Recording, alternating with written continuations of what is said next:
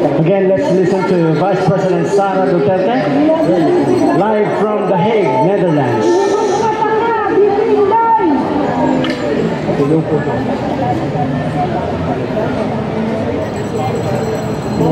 Walang kapag-alam. Wait lang po, kasi para po iba yung body ng BP mo. Oo, sayang din. Hindi magasgas. Di mas maganda din kasi malma.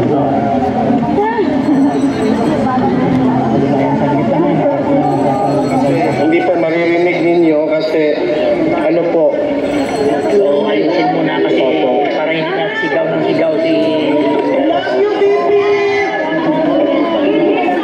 It is our honor to see the President of the Philippines in the future. Diba? Tubig muna si BP. Pagkita po mga kababayan, kasi po ganyan po ang power ni BP Inday. Kasi pagdating niya, yung mga power na wala mismo. Totoo. Diba? Niya pati yung hindi lang po ang Kongreso.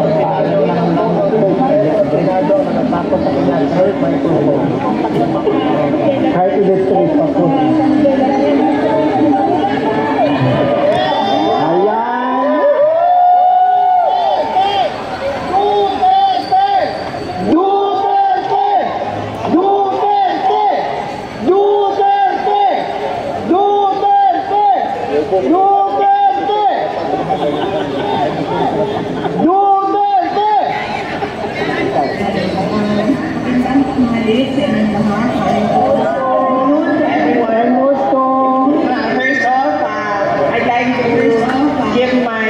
Express my gratitude first to the Lord Almighty for giving us this day, very sunny and beautiful weather day.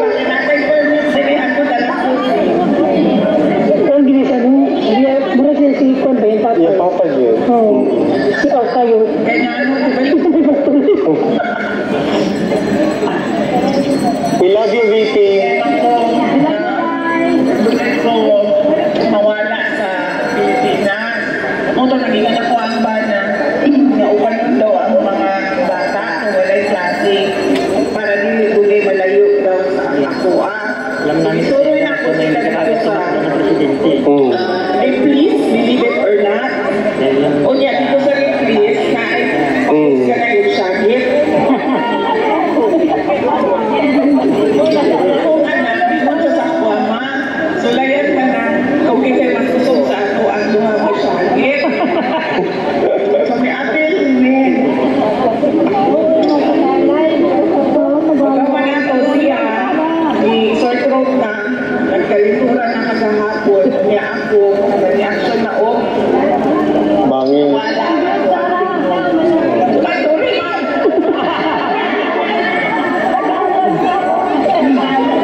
Sorry, sorry. So, sumali kami doon sa, sa sigaw. Tapos noon, yung anak ko, nag-sore throat na kahapon, nag-sore throat na siya, nilagnat na, tapos ako na, nawala na yung boses ko. Okay. Natapos ang mga pasalamat ko sa inyong lahat na kahit mainit ay nandyan pa rin kayo. At sa inyong oras, walang ni isa dito ang binayaran para po.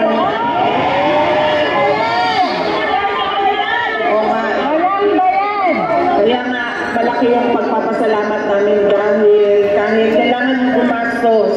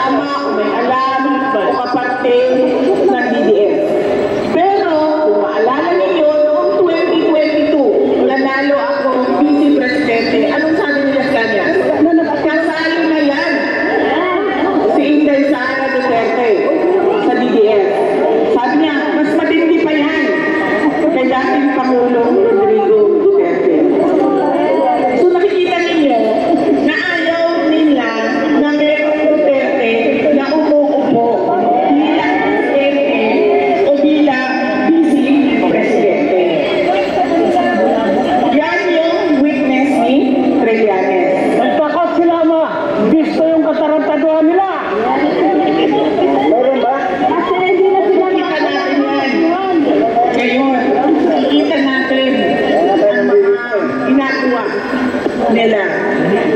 Yung isang witness nila, si Bato-Bato, nandun din sa Senate investigation. Pero anong sinabi?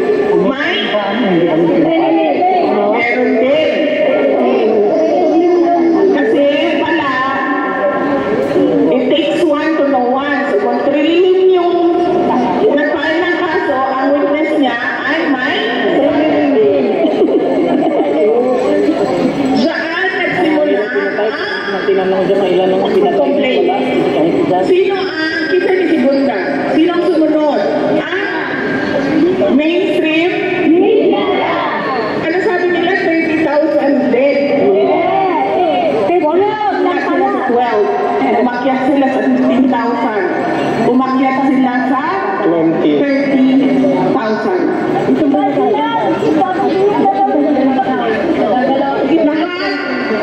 Lahat ng mga namatay DDS. Pero kung hinihin mo sa kanila ang listahan, walang listahan ng 30,000. At anong lumabas sa charges nila? 43 counts of murder. Kaduda-duda kayo, iba sinasabi biktima. Dahil hindi masabi, totoo nga, na sila ay biktima ng EJK. Alam ng ICC na ganyan ang estado ng kaso. Pero pinilit pa rin nilang kunin si dating Pangulong Rodrigo Duterte. Hindi na nila makuha yun eh. Pero ang nangyari, binigay siya ng administrasyon ni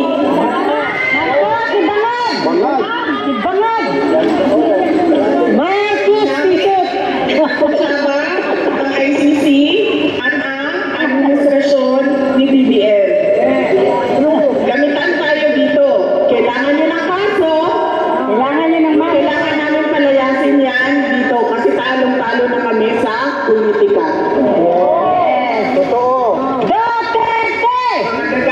Magagamitan sila. Ngayon, pero tanong sa jurisdiction, o meron ka ba karapatan ICC na magpaakyat ng kaso at huwakan ang akusado, ang detainee dyan sa loob ng detention center? Ang tagal nilang magsabi na wala kaming jurisdiction. Kasi iniisip pa nila paano nila gagawin na sasabihin na meron silang jurisdiction. Nag-iisip pa sila ng paraan paano ba natin sasabihin na pwede natin iakyat itong kaso na ito at mag-trial tayo. Yes. Merong question sa interim release. Sinunod ng mga abogado lahat ng mga nakalagay sa Rome Statute. Interim release. Pero anong nangyari sa interim release? Ni object. Kinontra ng prosecution. Kaya sinabi ko, bakit pa ba merong nakalagay dyan sa inyong Rome Statute ko na interim release, eh hindi nyo naman pala ibibigay sa mga akusado. So merong tao dyan sa loob ng ICC detention na nakakulong na ang pinagbasihan ay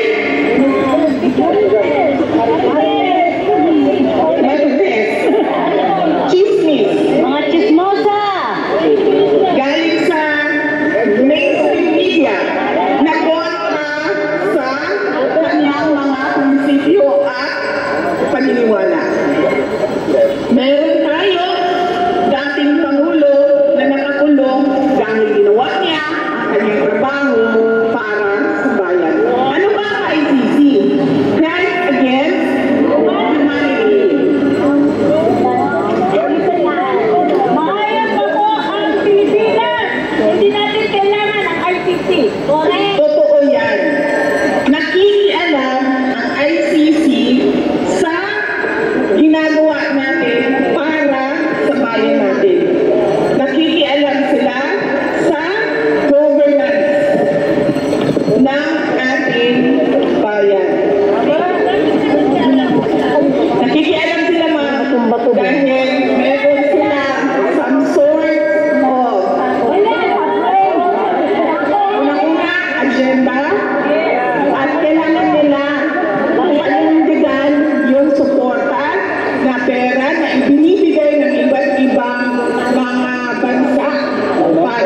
nila.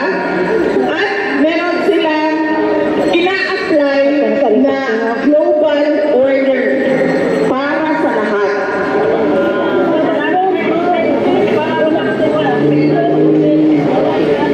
Pwede ba yun? Nakikialam sila sa pagpapatakbo o sa gusto ng mga sariling Pilipino para sa kanilang bayan o sa Pilipinas. Pwede ba yun?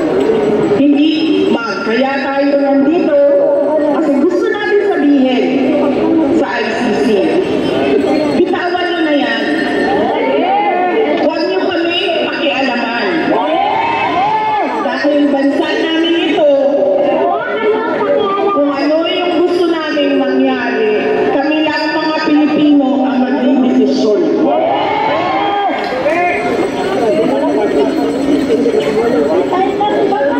Mga Grisay! Yes, ma'am. May pollution. Pinag-usapan na ng ICC. Kailangan namin ng kaso. Alam mo ba, isa na lang ang kaso sa loob ng ICC. Ang kaso na lang ni dating Pangulong Rodrigo Duterte. Pilit na pilit sila.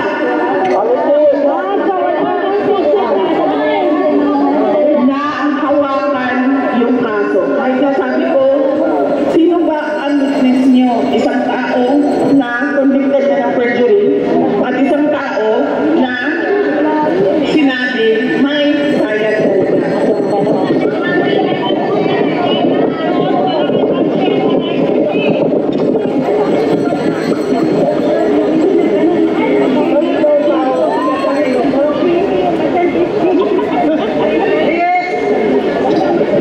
Hindi nila pwedeng gawin yan sa isang Pilipino ma'am na gustong bumalik sa kanyang bansa.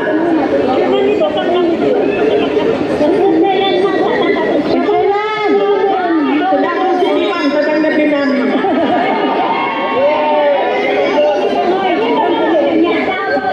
Ang gusto talaga ng dating Pangulong Rodrigo Duterte, lagi niya sinasabi, 80 years old na ako, ilang taon na lang ang iwan sa buhay ko. Gusto ko lang umuwi para mamatay sa Pilipinas. Yan ang paulit-ulit na sinasabi niya. Kaya sinasabi ko rin sa kanya na huwag ka muna mamatay dahil wala ka pa sa Pilipinas. Di ba, ma'am? Yes, ma'am.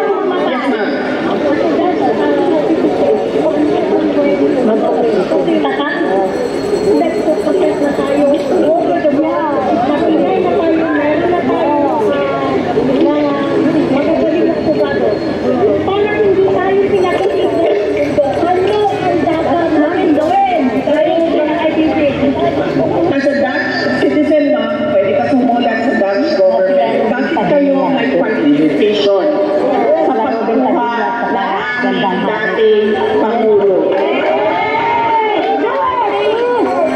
Pinapasok ninyo dito sa inyong bansa, nakita ng lahat ng buong mundo, nakikulang siya sa aeroplano.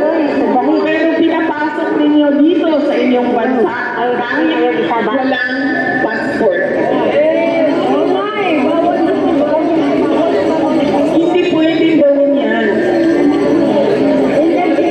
Pero lahat sila tahimik. Pag-itosa ang Presidente VP. Go, go, go!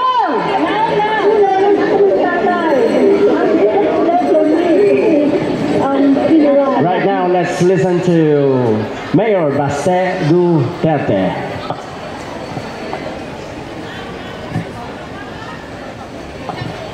All right, a round of applause please for Mayor Baste Duterte.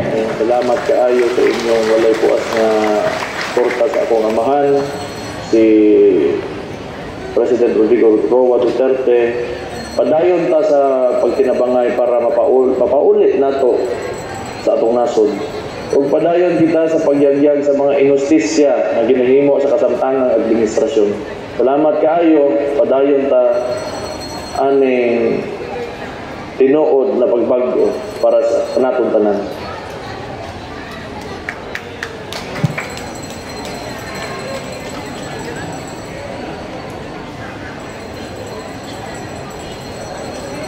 Ako si Dr. Richard Mata ninyo, kauban sa Duterte. Usak ko ka dagawin niya. Mayon ako sama ka ninyo, swerte kay ko. Kaya nga no, kay nakita na ko personal ang gitawag na spectacular and phenomenal transformation of Davao City through the leadership of the former President and now the current Mayor of Davao City, Rodrigo Roa Duterte. Bago pa man na imong mayor si tatay, katong bata pa ko, gitawag ang Davao nga Nicaragua of the Philippines. Kaya ano, left and right ang pag-salvage, left and right ang arson o pagsunog sa mga balay, among silingan na apil-apil akong maapil ang amuha, karon pati mismo ang akong igagaw biktima o paglubos o pagpatay. Grabe kaayo. Perting hadlok kag yun sa Davao sa una. Pero sa diyang nahimong mayor si tatay, nahimong hapsay o malambuo na. Give me any name of a politician that was able to achieve such thing, to change a dangerous place to become the most livable city. For sure, no one can level with him. Mausakit kayo hunahon-naon nga kining mga daw si kinsang mga congressman nga gaipit kay Tatay Digong, maski siguro sa kumingkin ni Tatay, wa sila ka-level sa iyang pagka-leader. Pero ang pamati nila hastang taasan, pamati nila grabe na ang ilang na-achieve, pero sa tinuod lang wa pa sila na-prove. Ikaduha, na witness na to ang phenomenal na success sa iyang presidency. Ang first Bisayang Dako President, that dark horse dito sa 2016 election. And of course, ang ikatulong phenomenon, ang iyang great leadership being the president sa atong nasod. Ang build, ang peace in order nga mismo atong mga dalaga pwede nang mabaktas sa kadalanan nga dili mahadlok. Si Tatay Digong murag usa siya ka rare na kometa. Murag 1 in 500 years sa ni moagi. Not all the time that we encounter such a person. He is not just a leader. He is a legend. Nagkakantang matunan.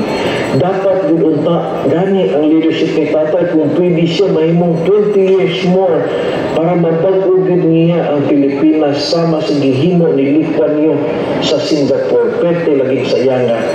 Pero wag niya gipugos nga i-extend ang iyang pagka-presidente kay nagtuo lagi siya sa give chance to others. Pero dapat unta karon masigdi na sa presidente nato, mahimo na siyang mentor nga magpadayon sa pag-inspire, pagpadaghan pag mga bagong leaders na sama sa iyang mga tinun-an. He is a treasure of the Philippines. He deserves to be declared a national hero and be highly respected.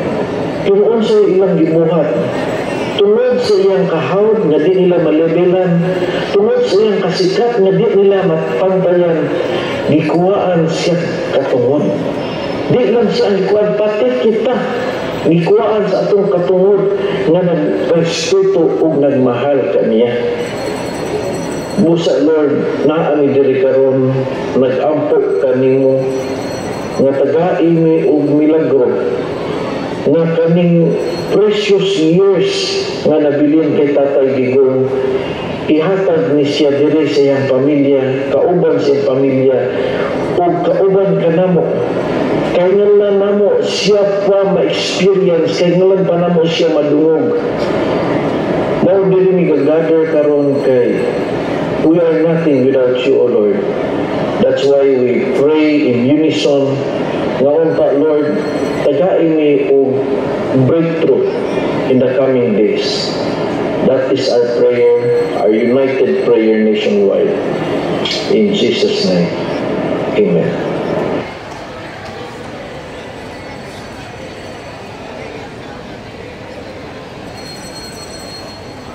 Maayong adlaw kaninyong tanan.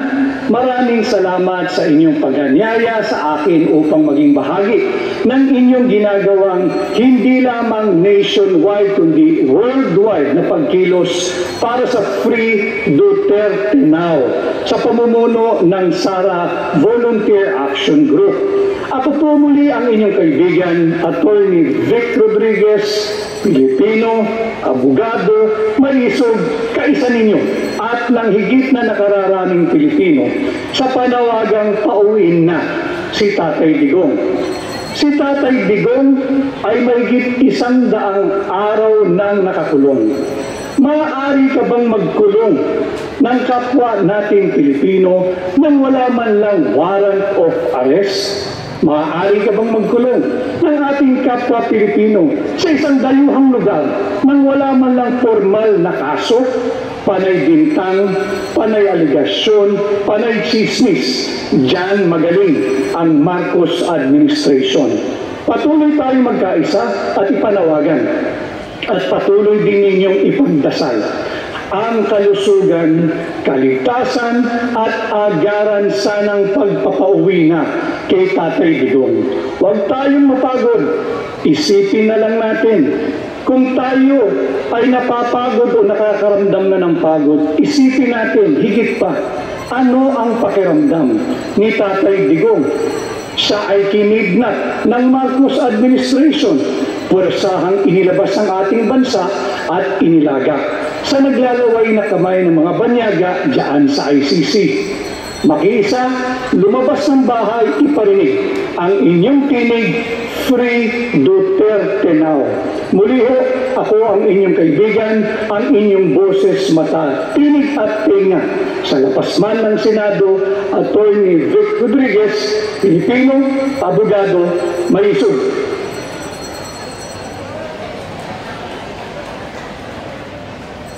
Assalamualaikum mga mahal kong kababayan. Sumaatin ang pagpapala at awa ng Panginoon Diyos. Mabuhay mga kapanalig sa iba't ibang lugar ng Pilipinas at buong mundo. Malalim na pagpupugay po sa lahat ng mga nakikiisa, makikiisa at patuloy na nagbabantay sa kapalaran at kabayanihan ni Tatay Digong. Tayo po'y sumasaludo sa mga taga Bacolod City, Davao City, Cagayan de Oro City, Cebu City, Camarines Sur. Sa inyo pong lahat, sa iba't ibang sulok ng daigdig, basta't naandyan po kayo at nananalangin para kay Tatay Digong.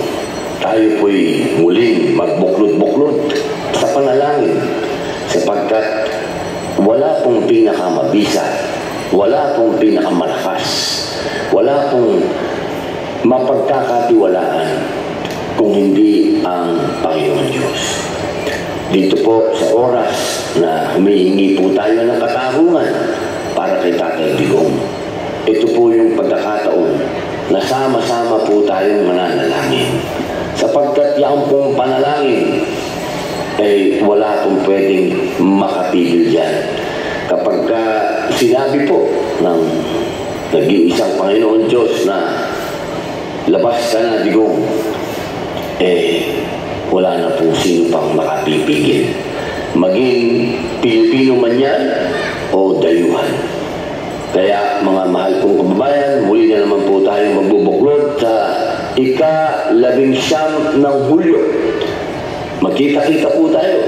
Hindi po para magkagulo, hindi po para makipag-away. Tayo po yung magsasama-sama upang manalangin. Manalangin ng justisya at katarungan. Yan po ang kailangan natin ipagpanalangin sa Panginoon Diyos. Sama-sama po tayo. Kami po ay nandirito sa Dahig. Kayo po dyan sa Cagayan de Oro, dyan po sa Bacolod City, dyan po sa Davao City, dyan po sa Cebu City, at dyan po, syempre, Camarines Sur. Tayo po'y manalangin, tayo po'y magkaisa. At huwag umasa sa tao. Tayo po'y umasa sa Panginoon Diyos. Assalamualaikum.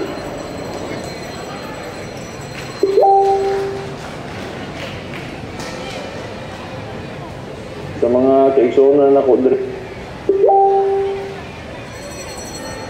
para sa ating mga kababayan na sumasama dito sa ating mga ginagawang free PRRD Now activities.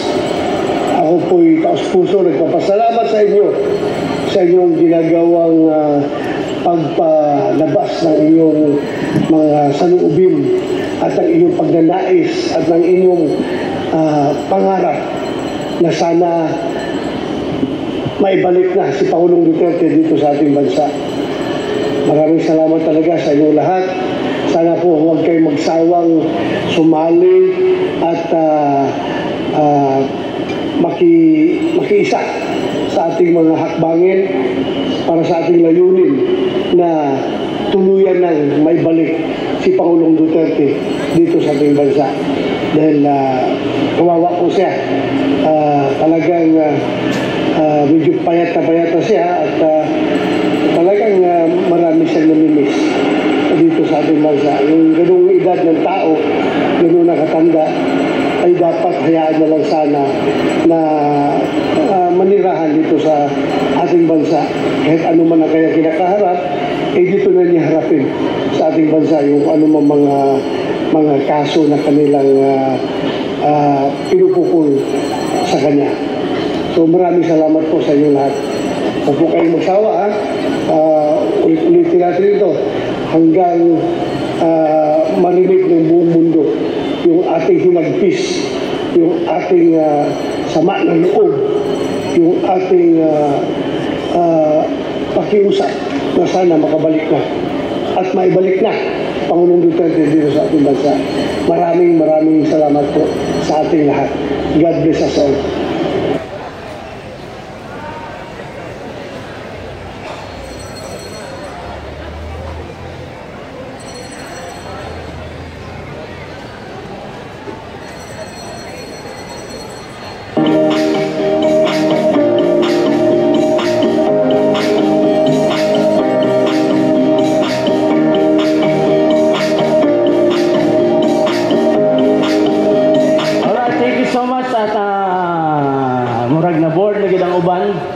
Right now, isunod natin yung magician. Tapos, we're going to call Attorney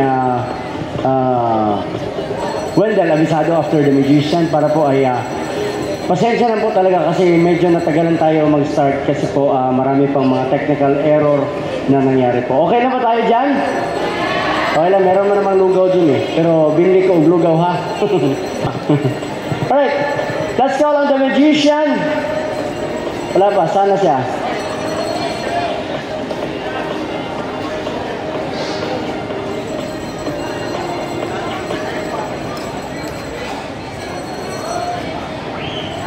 Alright, anyway, I would like to call on Attorney Wendell Avisado for the... Okay na, okay. Yes, tawagin ko na po si Attorney Wendell Avisado. As our commencement speaker. Yun. Pagkatapos po ni Attorney Wendell Avisado, we go to head round sa ating candlelighting and community singing for the Pilipinas Duterte pa rin. Let us all welcome at palakpakan mo natin Attorney Wendell Avisado. Makitaan mo ko ninyo diri, no? Di na ko kinangan mo sa akin tablado kay tiguwang ako. Na akong kumpare o karaan na po, preyo na po sa natag sa nilang politika apan ang pag-uyog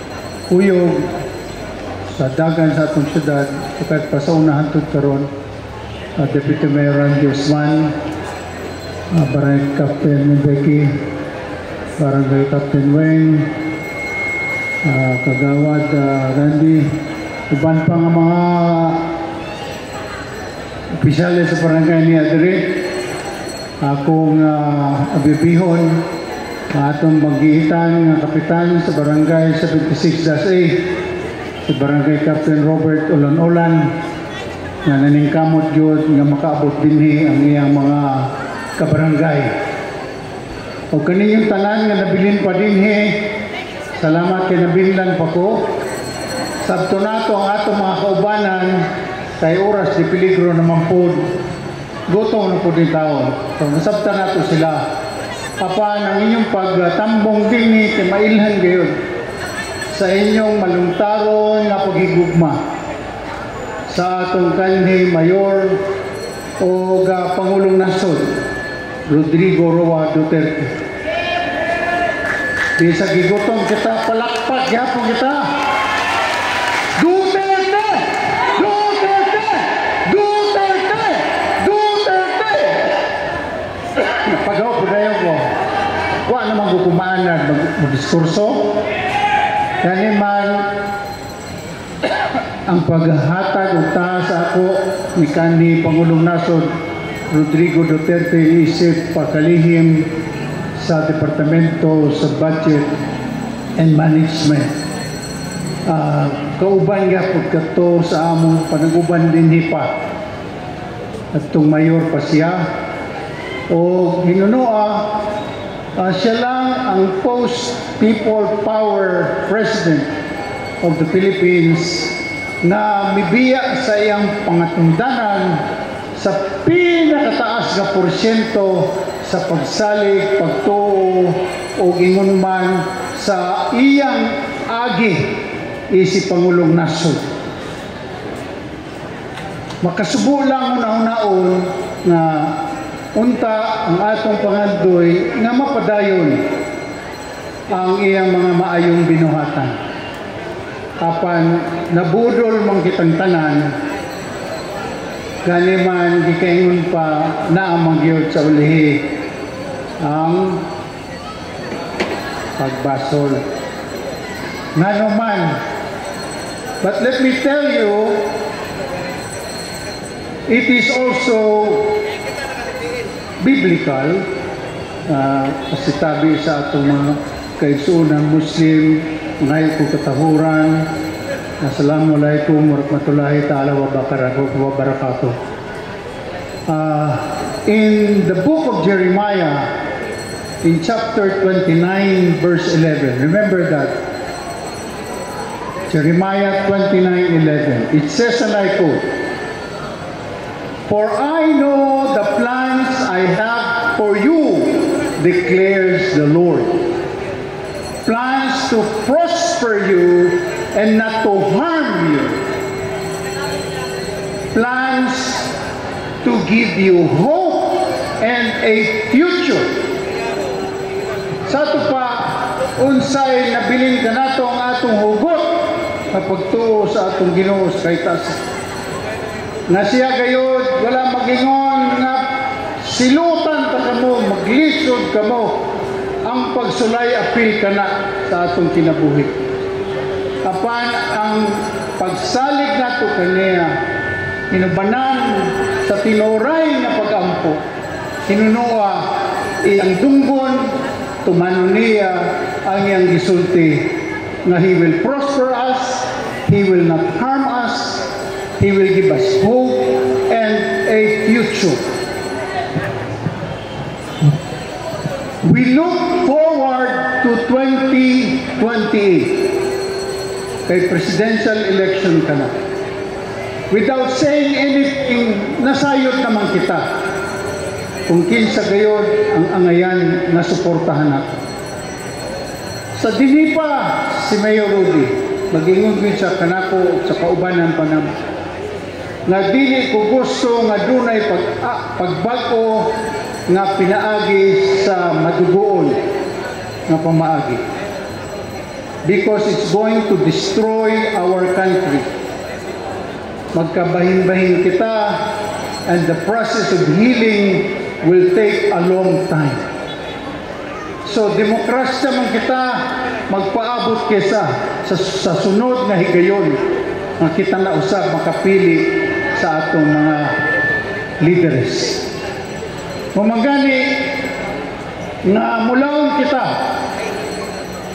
nga madayon hinaupa ang piniliay sa 2028 apan dunay mga apan dinha kay kita ang atong pag-ampo ingon nga makabalik dayon sa atong nasod si kanhi Mayor o Presidente Rudy Duterte.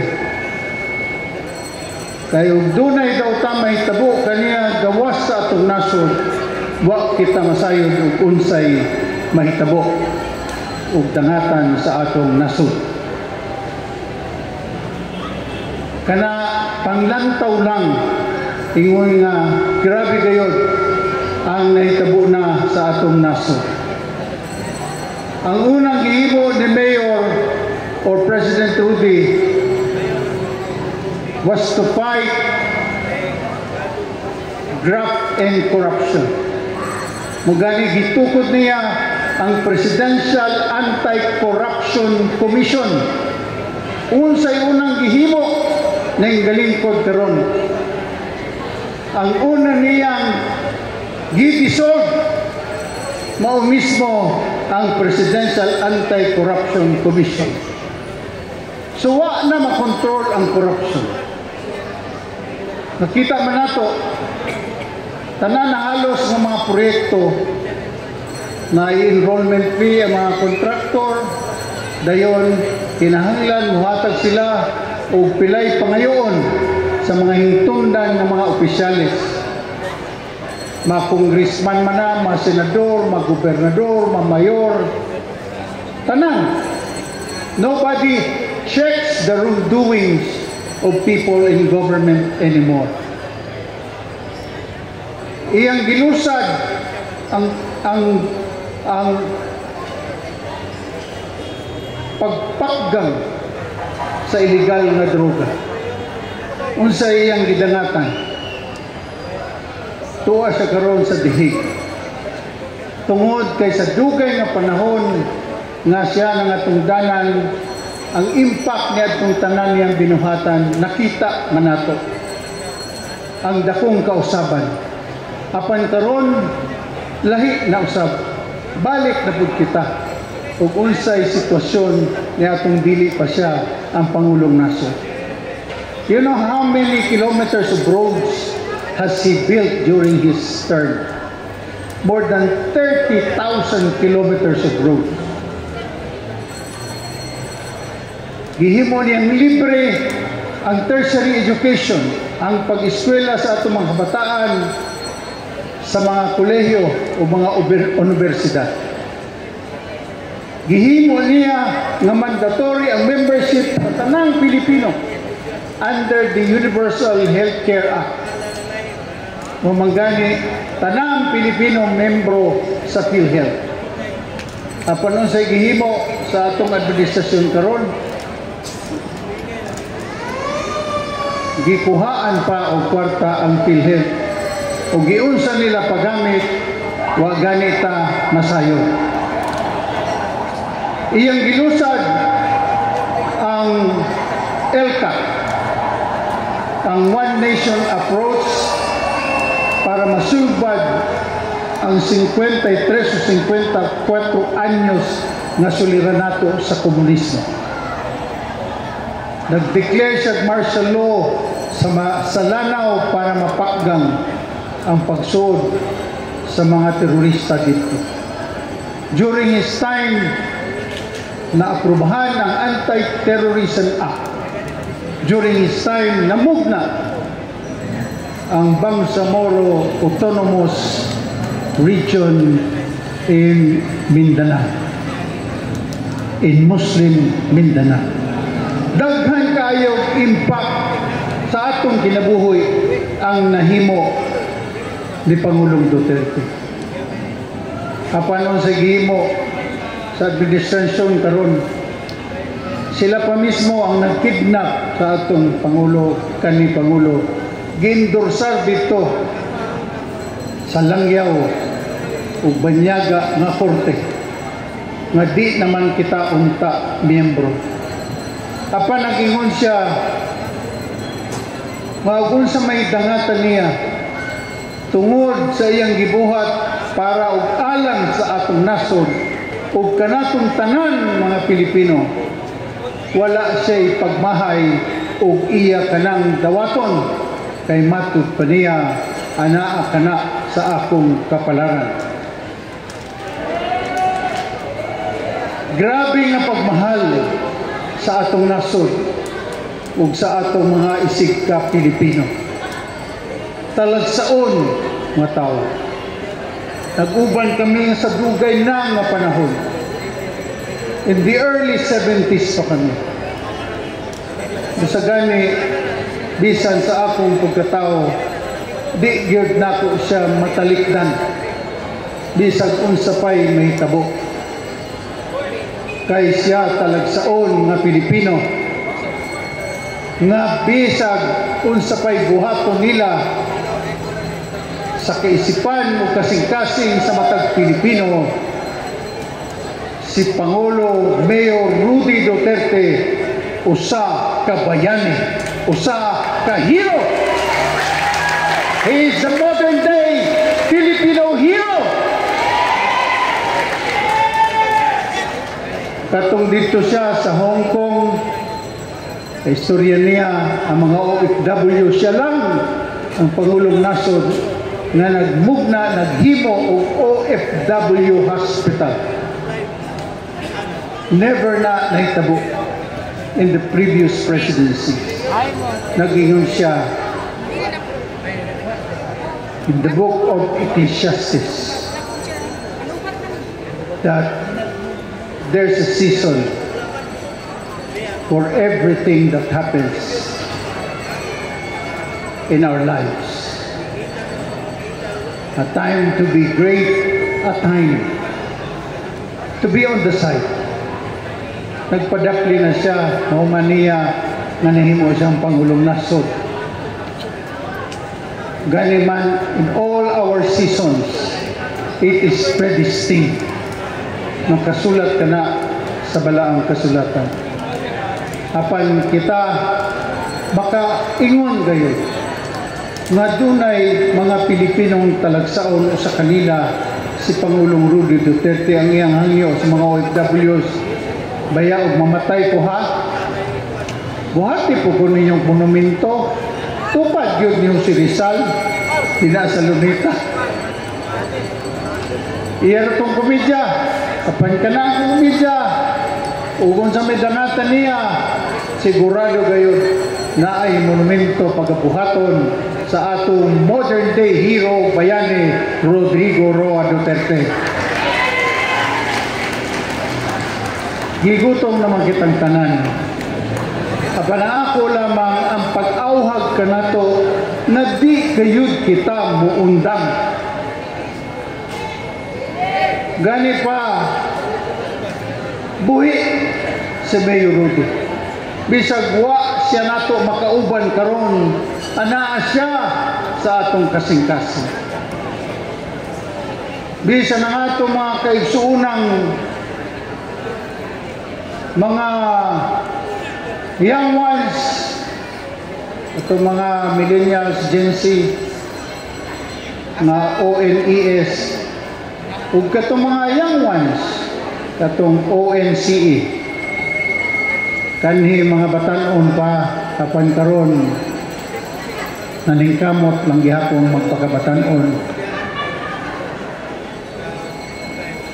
Apil kitang tanan nianang atong hiniusang paglihok nagdi yun kita muundang hangtod nga makabalik na buhi si Mayor Rudy Duterte sa Pilipinas. Munang singgit sa katawan, Free Duterte now! Free Duterte now! Free Duterte now! Free Duterte now! Free Duterte now! Kanalang akong binsay kaninyong tanan kaysa tinuod lang gigutom na po ko. Atong padayuno ng atong pagmahal o pakigbisog o ang atong padayon nga pagmahal sa Duterte family. Gikan kang Presidente Mayor Rudy Duterte pala pahinamo. Kang Vice President umabot na Presidente sa Pilipinas, Inday Sara Duterte. Kang Congressman Pulong Duterte. Sa atong acting mayor karon, Baste Duterte. Sa atong Vice Mayor karon, Rigo Duterte. Sa atong Congressman sa 2nd District, Omar Duterte. Sa tinuod lang, bisag aniya mga Duterte din wa gyud kita makita pud nila o makita nato nga naghinubra sila sa ilang katungdanan ug sa ilang gahom. Manggani padayon sab ang pagmahal nato apan labaw sa tanan kining atong pakigbisog dili lamang alang sa mga Duterte apan para sa atong syudad o sa atong nasod. Mabuhay ang Pilipinas! Mabuhay ang Pilipino! Mabuhay ang Kabayo! Mabuhay kitang tanan! God bless us all! Daghang salamat, maayong gabi kanina. Thank you so much, Attorney Wendell Avisado.